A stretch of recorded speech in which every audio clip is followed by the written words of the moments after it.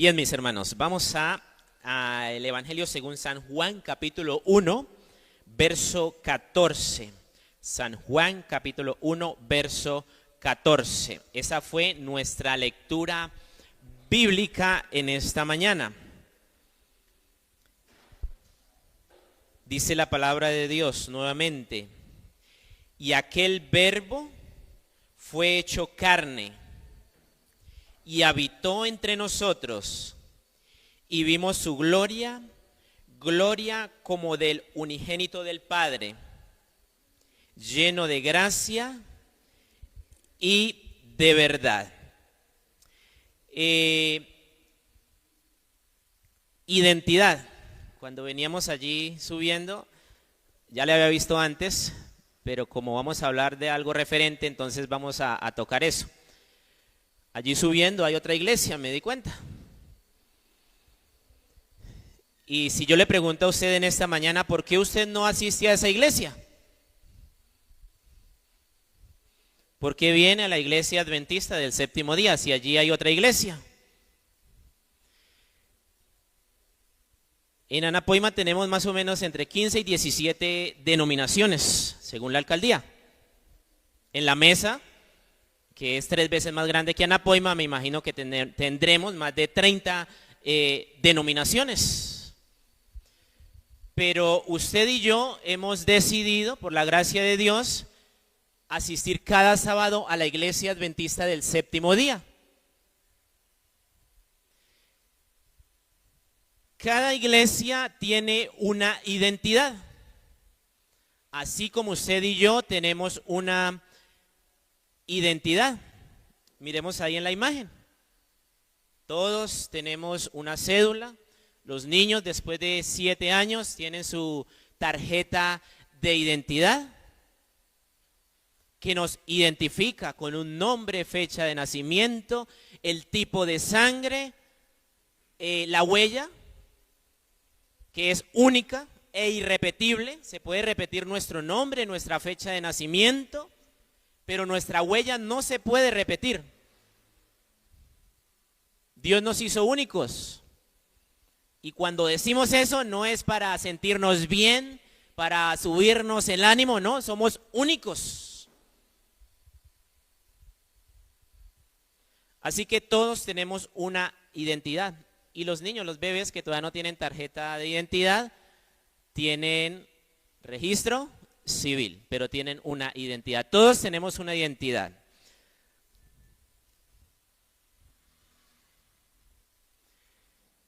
Pues la iglesia adventista del séptimo día, como ustedes saben, tenemos ¿cuántas creencias?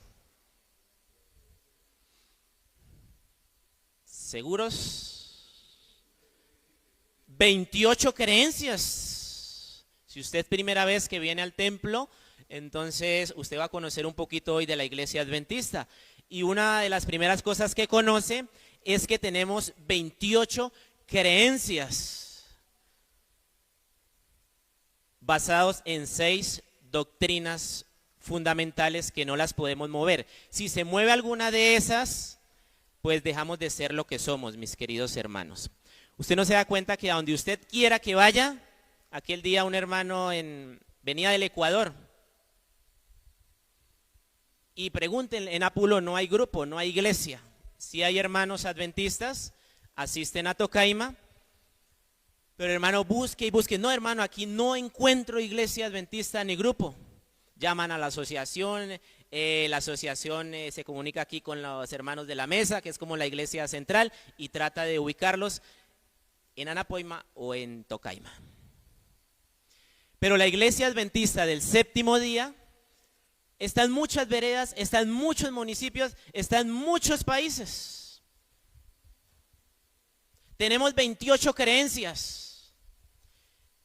Y en esta mañana vamos a estudiar una creencia, hay otras, pero que es exclusiva de la iglesia adventista del séptimo día, que niños, jóvenes, adultos debemos conocer.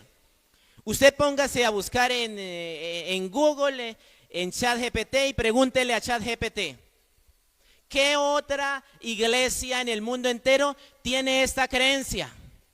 que es la número 24. Para los que tienen o alcanzan a leer, la creencia número 24, que se llama el ministerio de Cristo en el santuario celestial. Mi querido hermano, ninguna otra iglesia alrededor del mundo tiene esta creencia. Ahora, hay iglesias, nosotros creemos en el Espíritu Santo, es una creencia. ¿Hay otras iglesias que la tienen? Sí. ¿Hay otras iglesias que guardan el sábado? Sí, hermanos, hay otras iglesias que guardan el sábado. Muchas iglesias evangélicas están comenzando a guardar el sábado, mis queridos hermanos. Dios les está revelando esa verdad que no tiene pérdida en la Biblia. Pero la creencia número 24, y hay otras, solamente la tiene la iglesia adventista del séptimo día. El ministerio de Cristo en el santuario celestial. Juan 1:14, que fue lo que acabamos de leer, vamos a fijarnos allí en una palabra. Y aquel verbo fue hecho carne y habitó. Esa palabra habitó, nosotros la podemos traducir de otra manera. Ahí la podemos ver. Y el verbo fue hecho carne y tabernaculizó. ¿Han escuchado ustedes del tabernáculo? Sí. El tabernáculo es la figura que hizo Moisés en el Antiguo Testamento, el templo, que era portátil. Ya lo vamos a ver. Entonces esa palabra habitó la podríamos traducir como tabernaculizó, pero también la podemos traducir de otra manera, que me encanta. Es muy bonito, hermanos. Plantó su tienda, y aquel verbo fue hecho carne y plantó su tienda, su casa, su vivienda. ¿Entre quiénes? Entre nosotros. ¿Usted no le parece eso bonito, hermanos? Eso me parece maravilloso. Porque quitémonos esa figura de ese Dios que está ya sentado en el trono con un tenedor listo para ver qué hace Javier mal para enseguida castigarlo, mandarle un rayo. Cierto día iba en un bus y me encontré con un muchacho. El muchacho se había varado el carro y le había tocado ir a Bogotá. Luego de volverse, él llevaba el repuesto del carro y aquel hombre comenzamos a hablar, pero me llamó mucho la atención lo que él me dijo. Mis padres, mi familia me enseñó a ver un Dios que está pendiente para ver lo malo que yo hago y castigarme.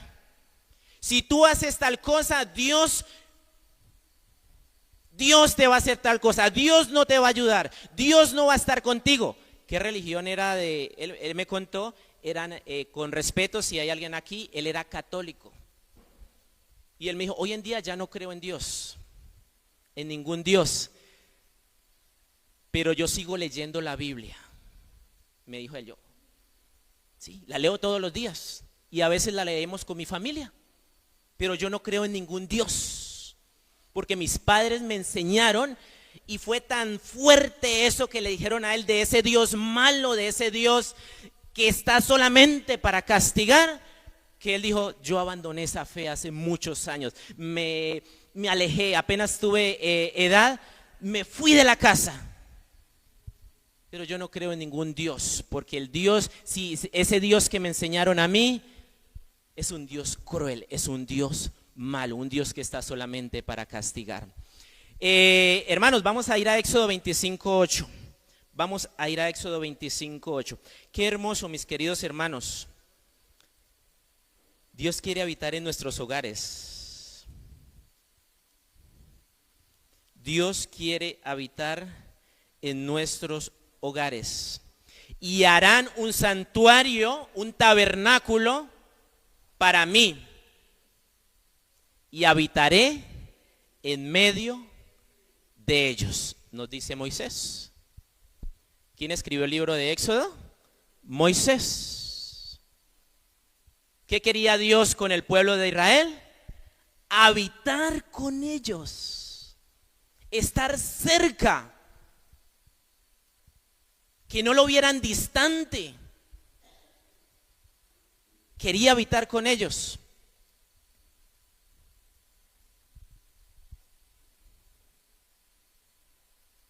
Vamos ahora a Hebreos 8, 1 al 2. Hebreos 8, 1 al 2.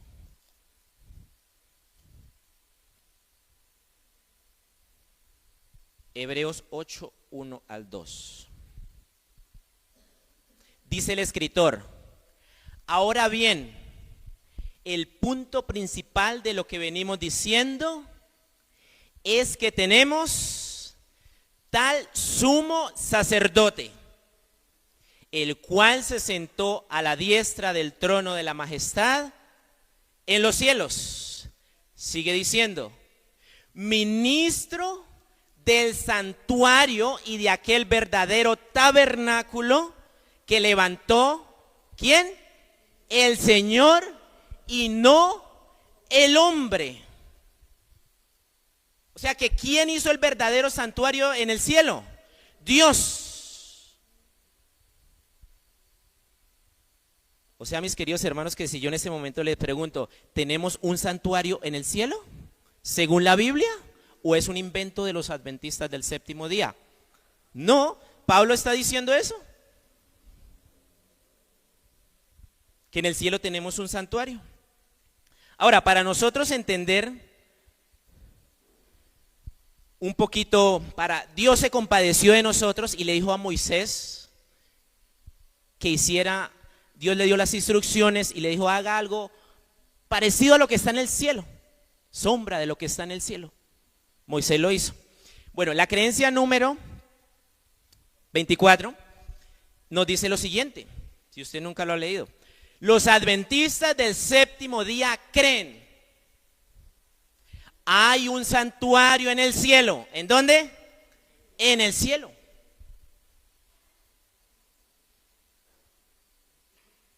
El verdadero tabernáculo que el Señor erigió y no el hombre. En él ministra Cristo en favor de nosotros. ¿Qué hace Cristo? Ministra. Ya vamos a entender un poquito más todo eso. Para poner a disposición de los creyentes los beneficios de su sacrificio expiatorio ofrecido una vez y para siempre en la cruz. Sigue diciendo: Cristo llegó a ser nuestro gran sumo sacerdote, y allí está en amarillo, y comenzó su ministerio intercesión en ocasión de su ascensión. En 1844, al concluir el periodo profético de los 2300 días, inició la segunda y última fase de su ministerio expiatorio. Sigue diciendo: esta obra es un juicio investigador que forma parte de la eliminación definitiva del pecado. Atención, grábese eso. Una de las cosas que también nos enseña el santuario es cómo Dios maneja el pecado. No era lo ideal que Adán pecara, pero lo estudiamos en la lección. Un plan. Dios tenía un plan, no lo cogió por sorpresa, de ninguna manera. El santuario, de tantas cosas que nos enseña, una de las principales es Dios, ¿qué hace con el pecado? ¿Cómo resuelve el problema del pecado? En el santuario lo vamos a ver. En el servicio simbólico, el santuario se purificaba mediante la sangre de los sacrificios de animales, pero las cosas celestiales se purifican mediante el perfecto sacrificio de la sangre de Jesús. Bien, si usted no conocía el santuario, esto es algo, alguien por allá en Estados Unidos dio el dinero y él dijo: háganme algo parecido al santuario para exaltar un poco la Biblia, para que las personas conozcan. Así que algo más o menos así fue lo que hizo Moisés. Como ellos iban de camino, pues a cualquier momento la nube que los cubría de día o de noche se quitaba de medio de ellos y ellos debían recoger todo eso, cargarlo de una manera especial y seguir su camino. Y cuando Dios les decía deténganse aquí, tenían que volver a armar este santuario. Eso es algo más o menos para ilustrarnos lo que Moisés hizo en el desierto. Hermanos, Dios en su misericordia, a través de la Biblia, si usted me pregunta a mi hermano Javier, ¿y cómo es el santuario en el cielo? No sabría decirle con exactitud, solamente sé que Dios le dio a Moisés más o menos lo más posible para que Moisés pudiera hacerlo aquí en la tierra, pero en el santuario hay algo así.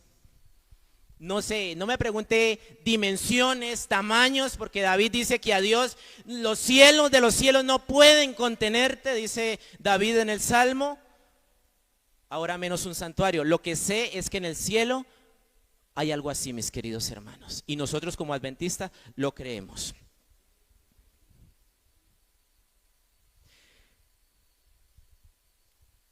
El santuario, ¿dónde empieza el santuario?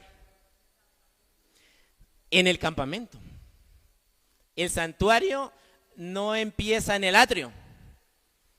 La realidad del santuario empieza en el campamento. Si usted ve esa imagen que nos ilustra muy bien, alrededor del santuario estaban las casas de los israelitas. Ahora Juan 1:14 le encontramos sentido, y el verbo se hizo carne y tabernaculizó o habitó. Ellos no tenían que esperar solamente a que Jesús naciera. En el Antiguo Testamento también se nos muestra que la presencia de Dios descendía sobre el santuario, porque Dios quiere vivir con su pueblo, mis queridos hermanos. Dios quiere vivir con nosotros. Invitaron un pastor a almorzar, una familia, y almorzaron todo muy rico, muy sabroso, y el pastor cogió la cuchara y la metió dentro de la Biblia, dentro de una Biblia que él vio en una estantería. Metió la cuchara dentro de la Biblia. El pastor se fue, puso la Biblia allá. Como a los 6 meses, otra vez invitaron al pastor a almorzar. Y el padre de familia le dice: pastor, qué pena, no lo queremos importunar ni hacerlo ver mal a usted, pero se nos perdió una cuchara, hermano Diego. No queremos decir que usted se haya robado la cuchara, no, pastor, pero nos parece muy extraño y son finas, son de plata. El pastor se levantó de la mesa, fue a donde estaba la Biblia y sacó la Biblia de allí y sacó la cuchara y se la entregó a la familia. ¿Entendemos el mensaje? Dios quiere habitar con nosotros, mis hermanos. Y cuando decimos habitar, no nos referimos a cantar en la iglesia. Es bueno hacerlo, sí, escuchar sermones con los excelentes predicadores que tenemos en este distrito, gracias a Dios. Dios quiere compartir una relación íntima, personal, no de familia, importante también, de esposo, de hija, de esposa. Los niños buscando a Dios individualmente, mis queridos hermanos.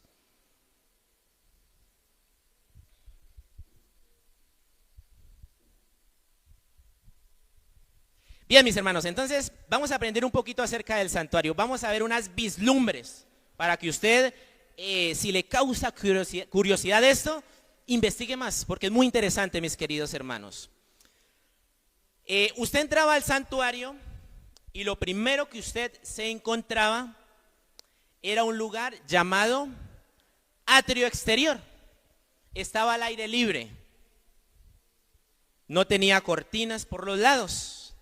Usted entraba allí y veía algo más o menos como se ve en la imagen. Exactamente. Es que el rojito no se ve allá, ¿cierto, hermano? No. Lo primero que usted encontraba era esto.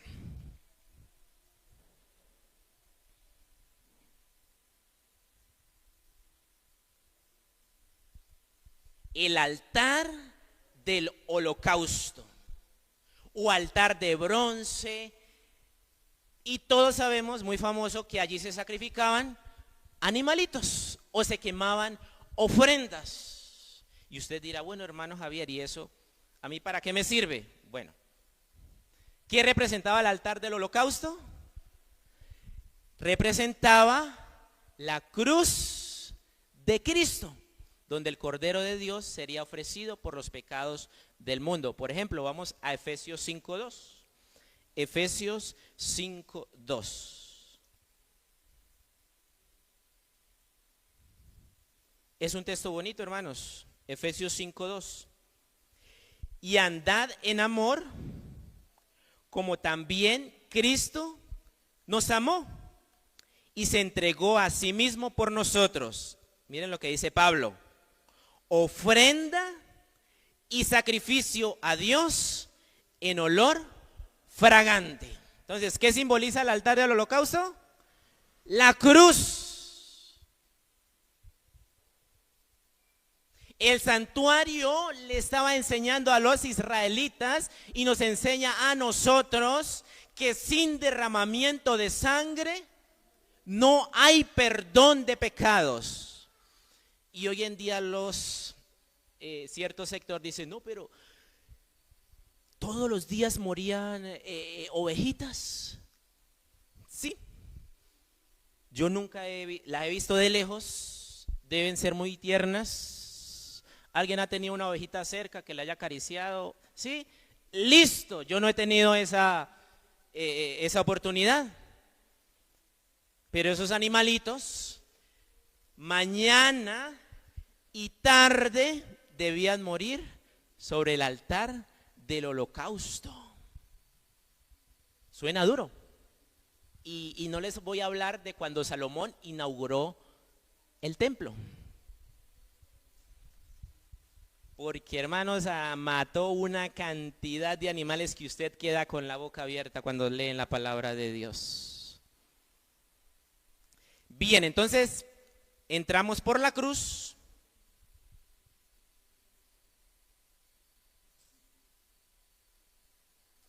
Bien, después de la cruz, después del altar del holocausto, había otro elemento. ¿Alguien sabe el nombre? Lavacro, sí, yo lo he escuchado así, lavacro, la fuente donde los sacerdotes, dice, la fuente de bronce representaba la purificación y limpieza espiritual. Los sacerdotes se lavaban manos y pies antes de ministrar. ¿Qué simboliza el lavacro? La fuente, simbolizando la necesidad de pureza para servir en la presencia de Dios. También simboliza regeneración, cambio. Alguien le dijo, no, es que Jesús murió por usted en la cruz. Alguien le dijo, nos dijo a nosotros, no, es que en la cruz murió Jesús. Pero yo veía que mucha gente, y todavía hoy ya no se ve tanto, cargan una cadena y cargan una crucecita aquí. Antes era más, ya no se usa tanto. Pero uno veía la cruz. Entonces no es suficiente con oye, Cristo murió en la cruz. Gracias Dios por eso. Pero yo sigo mi vida tal cual. Yo entro al santuario, miro la cruz y luego necesito hacer lo que hacían los sacerdotes. ¿El agua sirve para qué? Para limpiarse. Yo veo la cruz y debo seguir, mirar a Cristo y mi vida debe ir cambiando. No podemos pensar en ser cristianos si nuestra vida es igual a la de hace 20 años. Me refiero a los defectos que Dios conoce. Todos tenemos defectos. Mi vida, cuando yo entro al santuario, Dios me enseña que mi vida debe cambiar. Bien, hermanos, seguimos.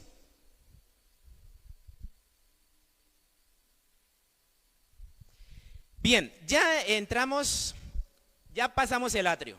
Ya vimos que habían dos elementos. Usted llegaba al santuario y se encontraba con el altar y luego la fuente, el lavacro. Luego venía la parte cubierta, que estaba, digámoslo así, un poco escondida, protegida. Eso era una cosa hermosa. Moisés lo hizo con telas, usaron muchas telas de animales, pieles de animales. Salomón, si el altar era así de grande, Salomón hizo un altar doble. Los sacerdotes tenían que entrar, tenían escalera para subir, porque Salomón tenía mucha riqueza, entonces hizo todo más grande. Entonces pasamos del atrio, primer lugar. Luego sigue el lugar santo.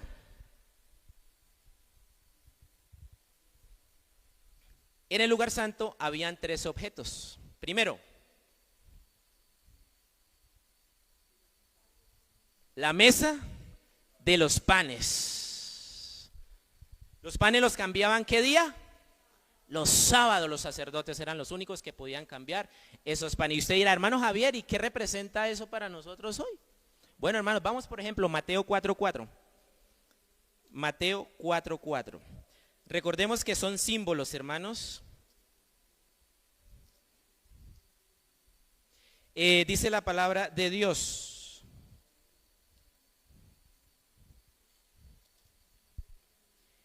Él respondió y dijo, escrito está, un texto muy conocido, no solo de pan vivirá el hombre, sino de toda palabra que sale de la boca de Dios.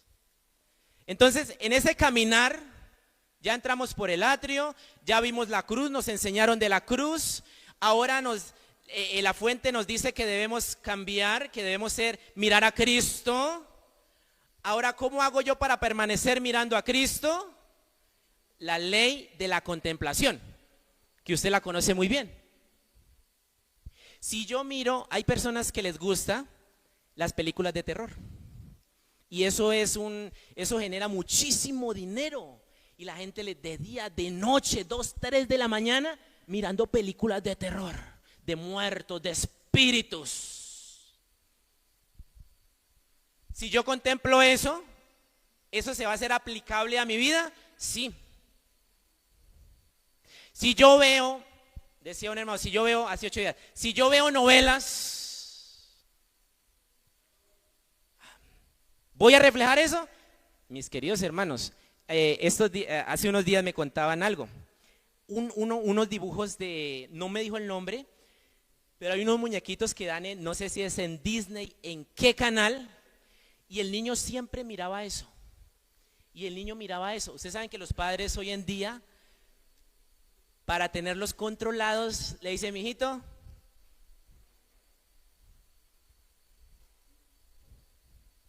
no moleste. Suena duro, pero es la realidad. Antes era más la televisión, pero este niño todavía no le habían dado celular, o no sé si eran celular, y él vio unos muñequitos, y en esos muñequitos él vio que el protagonista se iba de la casa de los papás. ¿Saben qué hizo el niño de 7, 8 años? Se fue de la casa de los papás con su maletica toda bonita. Ley de la contemplación, mis queridos hermanos.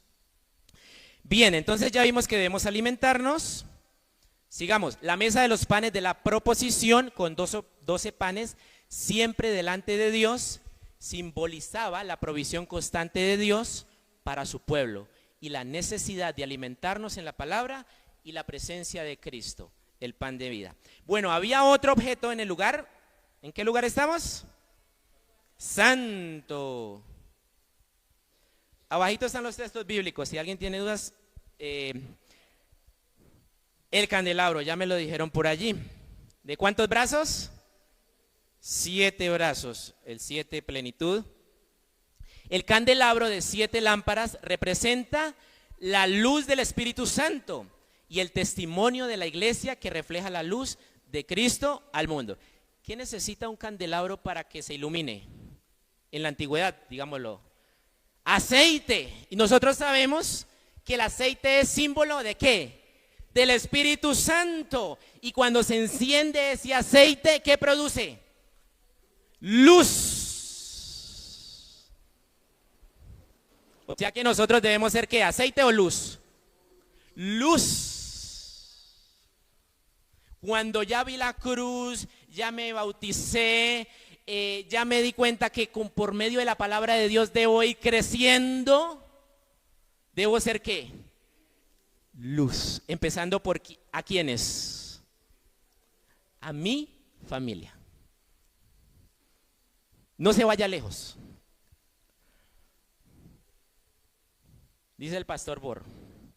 No, algunos si queremos irnos para la India a ser misioneros. Pero el primer lugar, dice la sierva del Señor, que debe ser nuestro campo, es ¿qué? La familia, mis queridos hermanos. ¿Qué? Primero Jerusalén, le dijo Jesús a los discípulos. Estamos siendo luz. Usted de pronto va a decir, ¿va a sonar duro? ¿O estamos siendo tinieblas a nuestra familia, mis queridos hermanos? Bien, necesitamos esa luz, necesitamos andar con el Espíritu Santo. Bueno, aquí vamos a ver como el más importante de todos, del lugar santo, mis queridos hermanos. Si en el atrio hay sacrificio, en el lugar santo,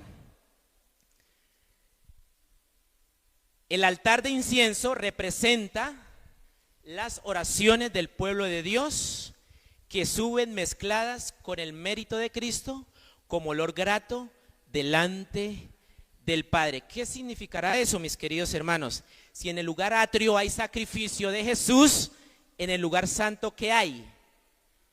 Intercesión. En el lugar santo hay intercesión. ¿Qué es interceder? Bueno, rogar.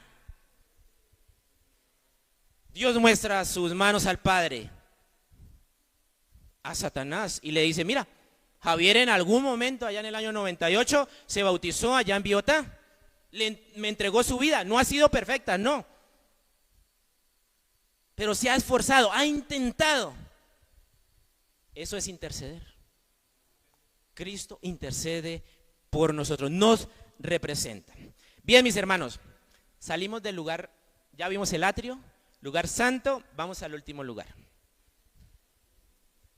Eso, ya por ahí lo dicen, o sea que no lo hemos olvidado. Bien, ahí vemos una imagen, tenemos la entrada, atrio, lugar santo, y vamos aquí donde dice Arca del Pacto. Vamos a ubicarnos ahí. Lugar santísimo.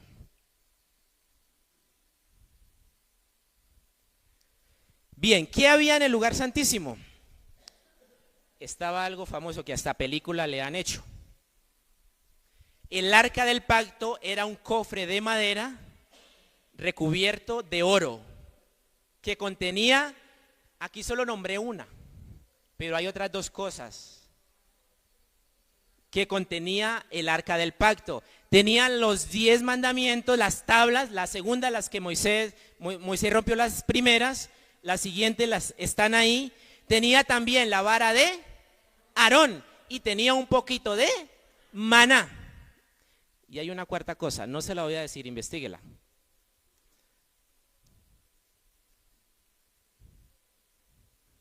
Era el símbolo visible del trono y del pacto de Dios, el centro del lugar santísimo. Bien, ahora el arca tenía otra parte, que era la tapa. En una iglesia una hermana me dijo que la tapa no estaba hecha de oro, no sé ustedes qué opinan. El propiciatorio era la cubierta de oro sobre el arca, la tapa, con 2 querubines. Representa el lugar donde la sangre se aplica sobre la ley, mostrando que la misericordia de Dios se manifiesta sin anular su justicia. Bien, mis queridos hermanos. ¿Solamente quién entraba aquí cada año? El sumo sacerdote, una vez al año. El día de la expiación, que es otro tema, o el Yom Kippur, que es un tema increíble. Y ahí vamos a aprender un poquito más qué hacía Dios con el pecado ese día. ¿Saben? Solamente el sumo sacerdote entraba, llevaba, en esa iglesia también me dijeron, el sacerdote llevaba, o después uno se pone a conversar y salen muchos detalles más que no puedo dar aquí. El sacerdote, miren cómo lo vamos a ver aquí.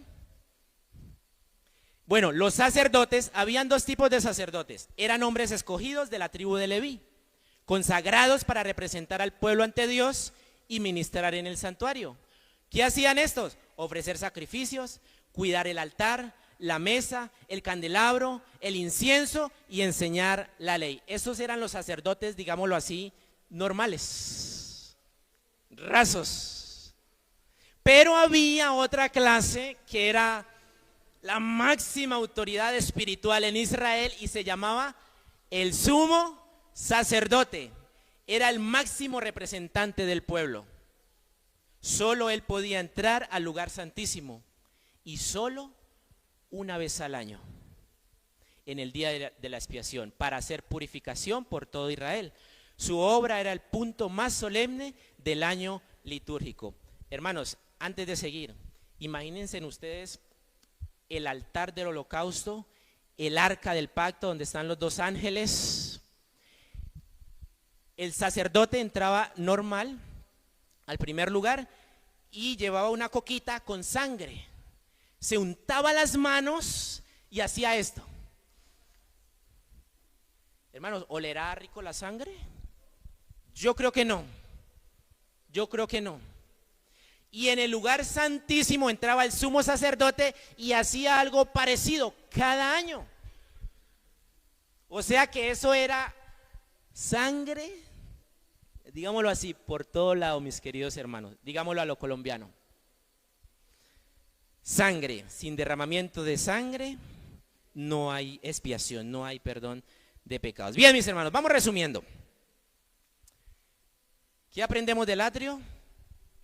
Sacrificio en la cruz. El santuario nos enseña eso. ¿Qué aprendemos en el lugar santo? Este es un resumen. Su intercesión diaria.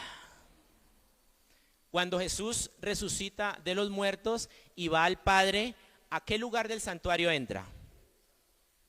Santo, dice el hermano Diego. ¿Están de acuerdo con él?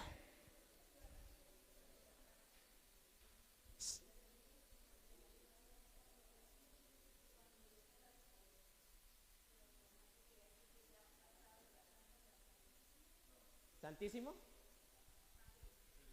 Santo, bien. El lugar santo nos enseña la intercesión. Ahora, hay otro aspecto que no lo grafiqué aquí. Satanás ha tratado de desvirtuar cada cosa del santuario. ¿Tiene su intercesor Satanás? Sí. Tiene muchos nombres. Cualquier cosa menos mirar la cruz de Cristo. Mire una persona, mire un árbol, mire un pedazo de piedra, flagélese, pero él busca otro intercesor, él busca otros sacrificios. ¿Qué nos enseña el lugar santísimo? En el lugar santísimo, el juicio final y la vindicación de Dios y de su pueblo. Dios tiene que hacer algo con el pecado. Porque Adán no murió ese día, Adán y Eva no murieron ese día. Y el santuario nos enseña eso. Y aquí voy a dejarles una entradita. ¿Se acuerdan que habían dos machos cabríos, dos corderos? Sí, dos machos cabríos. Uno se elegía para el Señor y el otro se elegía para Azazel. Una vez al año.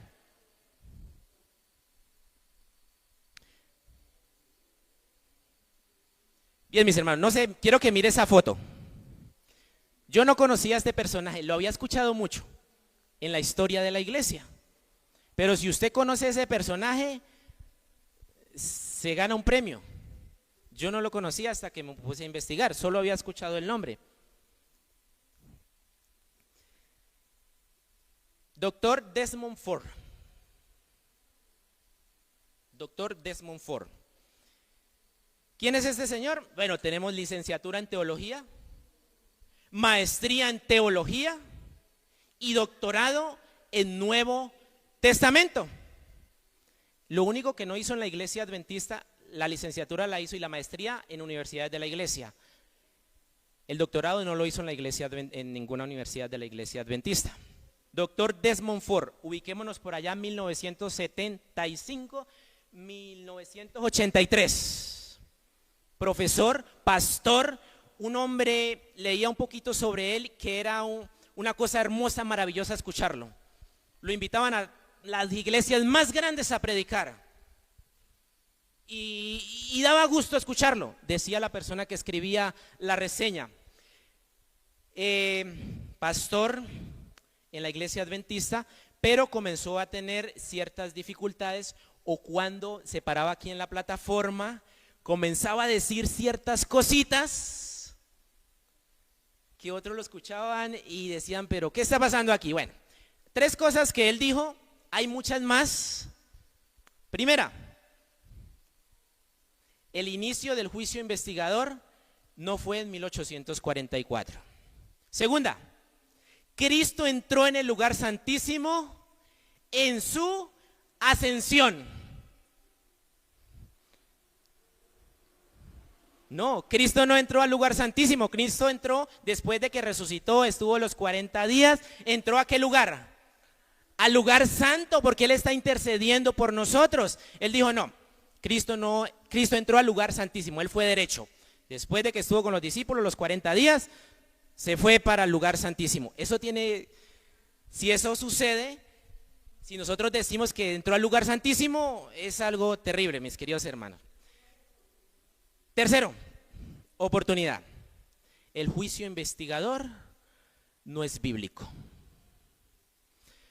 Mis queridos hermanos, no hay, usted me va a decir, hermano, ¿y de dónde sacó esas cifras? No, eso sí no lo tengo. Se especula. Entre 100 y 200 pastores, este hombre abandonó la iglesia adventista, y entre 100 y 200 pastores se fueron con él, diciendo, no hay un santuario, no hay un juicio. Eso es mentira, eso es invento de los adventistas del séptimo día. La iglesia adventista le dio la oportunidad, le dijo, le damos tanto tiempo, pastor, escriba algo, demuéstrenos que lo que usted dice es verdad. Y este hombre escribió un libro de más de 900 páginas soportando esto.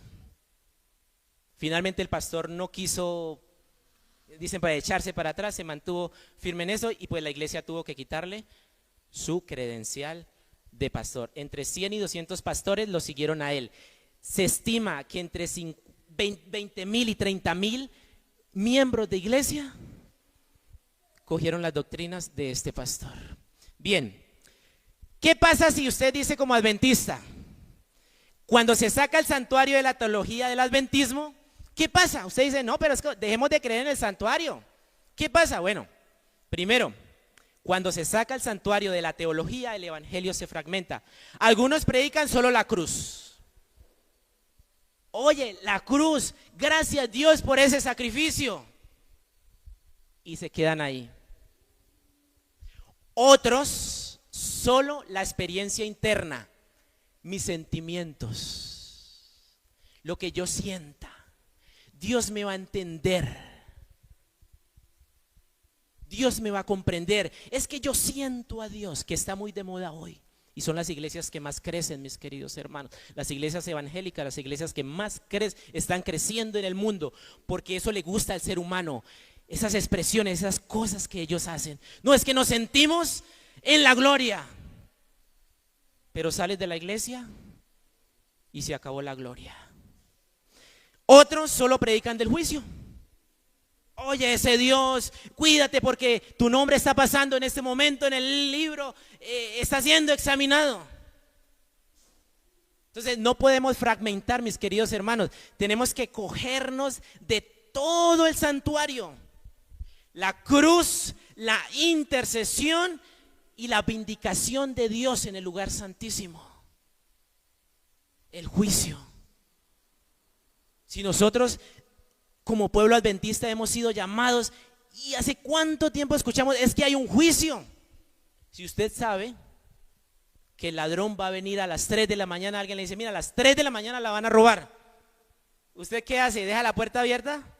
No, mis queridos hermanos, usted la cierra y además de eso está pendiente con una linterna, y si la puede asegurar más la asegura. Hay un juicio, mis queridos hermanos. Terminamos con Miqueas. Vamos a Miqueas 6 al 8. Un texto maravilloso, mis queridos hermanos.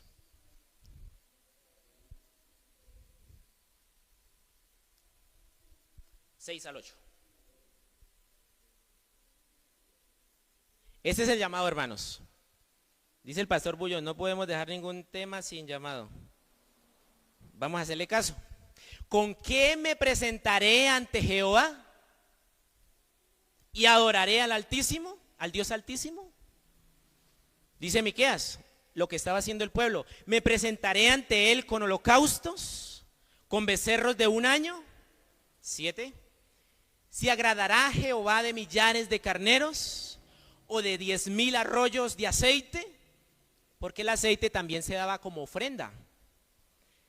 Y dice, miren, daré mi primogénito por mi rebelión. ¿Sabes qué hacían las familias de ese tiempo? ¿Qué ofrecían a sus dioses? Sus hijos. E Israel estaba haciendo lo mismo. ¿Daremos nuestros primogénitos, nuestros primeros hijos por sacrificio? ¿El fruto de mis entrañas por el pecado de mi alma? Y el 8 nos dice, hermano, esta es la invitación en esta mañana. Hombre, Él te ha declarado lo que es bueno. ¿Y qué pide Jehová de ti? Nada de lo que nombró atrás. Solamente hacer justicia y amar misericordia. Y la última parte dice, y humillarte ante tu Dios. Que el Señor nos bendiga.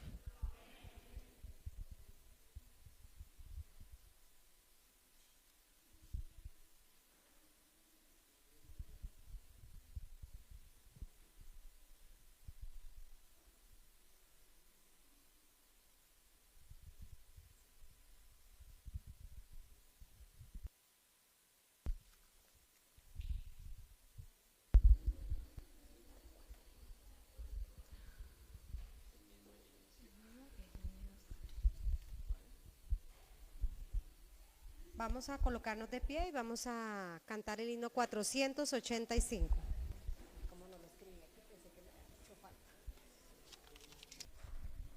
El pastor Desmond Ford muere en el 2015. Le hacen una entrevista nuevamente y le dicen, pastor, ¿usted se retracta de algo de todo lo que usted dijo y analizó? El pastor dijo, no me retracto. Se mantuvo en esos graves errores hasta el día de su muerte. Oremos. Te damos gracias, Padre, porque a través de tu palabra, Señor, tú nos enseñas que debemos ser diligentes para estudiar, para conocerte a ti, Señor. Perdónanos si hemos sido perezosos, Señor. Pero ayúdanos cada día a estudiar una porción de tu palabra. Ella es la que nos sostiene en medio de un mundo que está en tempestad, que está en confusión, Señor. No permitas, Padre, que abandonemos la verdad que tú nos has dado. De alguna manera alguien, algún familiar, alguien por medio de un libro, de una revista, de una literatura, Señor, alguien le habló a nuestra familia, Señor, y nos has dado a conocer la verdad. Gracias, porque eso es misericordia tuya. Ayúdanos a permanecer. No es fácil, Señor, para los adolescentes, para los jóvenes y para nosotros los adultos tampoco. A veces no queremos volver a la iglesia, no queremos saber nada de Biblia, no queremos saber nada de ese Dios. Ayúdanos. Socórrenos, Padre eterno. Si estamos con pensamientos de que no queremos volver a tu casa de adoración, Señor, ten misericordia de nosotros. Toca nuestros corazones, Señor. Transfórmanos, reavívanos con tu bondad y tu misericordia. Dirígenos al salir a casa. En Cristo Jesús lo pedimos. Amén.